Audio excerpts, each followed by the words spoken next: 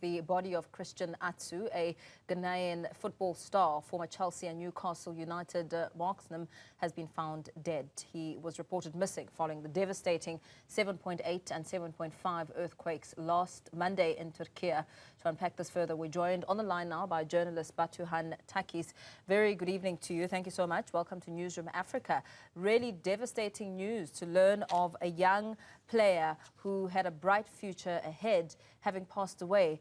How has this been conveyed and delivered, especially just looking at the time frame and the reports that came before this final announcement and discovery was made? Well, it's very unfortunate news to the entire nation, actually, not just for the football world in Turkey, but the whole country. People are really sad about this news, unfortunately. Well, the situation is, in general, is not good in Turkey, in the entire country. The rescue efforts are continuing to save millions of people, but still the tragedy is going on, and the casualties keep climbing. So the death of the football player is just one of them. Is just one of the sad news. So the situation is not good. There were initial reports that he'd been rescued just a day after the quake, but that in itself turned out to be false. How was that story then conveyed for this discovery or perhaps mistake to have been made? Well, actually, there are some disinformation about the football player's news. So what was found was his pair of shoes, actually. They were found under the rubble by the rescue efforts, but no one actually has found them. So, but there was some disinformation news circulating on the whole social media. That's the problem.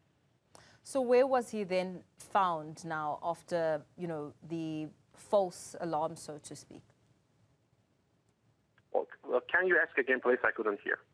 So just perhaps speak to us about what then happened afterwards in terms of actually discovering his body and, now officially knowing that indeed he has passed away.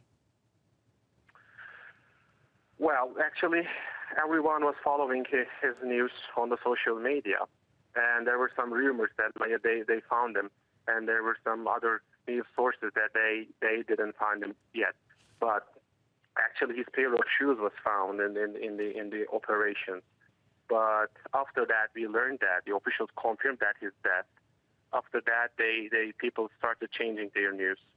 So there is no problem right now in every media outlet. You can see like the reactions and the following stories and the updates. So the reaction of the entire country, of course, is sad. Everyone is sad about his death. And also everyone is about the disinformation campaign at the same time.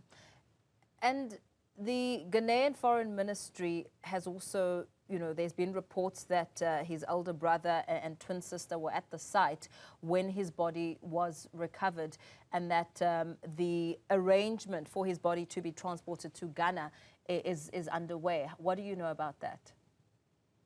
Well, actually, we still wait the officials' statements about it, but there are rumors, as you mentioned, and there are other rumors as well. But still, there is no official statement by, for example, the state mechanisms, including the president and the other state mechanisms who have been in the region, and all these responsible authorities for this disaster. So we still wait the official statements to precisely speak of. With the earthquake and the aftershocks having killed more than 40,000 people, talk to us about the mood. I know that, weather has been a huge factor because it's so cold, and the trauma in itself has not been made any better because of how difficult it is to navigate around the areas.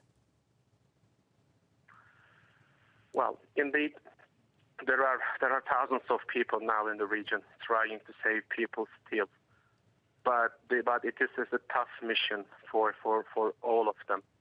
I regularly speak with the reporters in the region, and they say this mission is really almost impossible.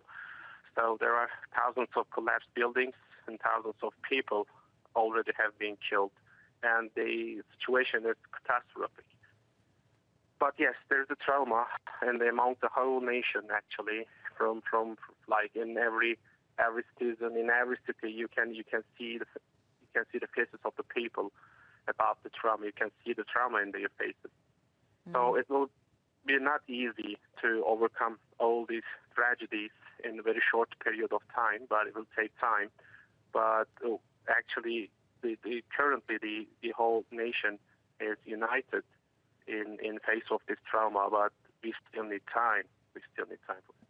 Yeah, very well. Thank you so much. Thanks for talking to us.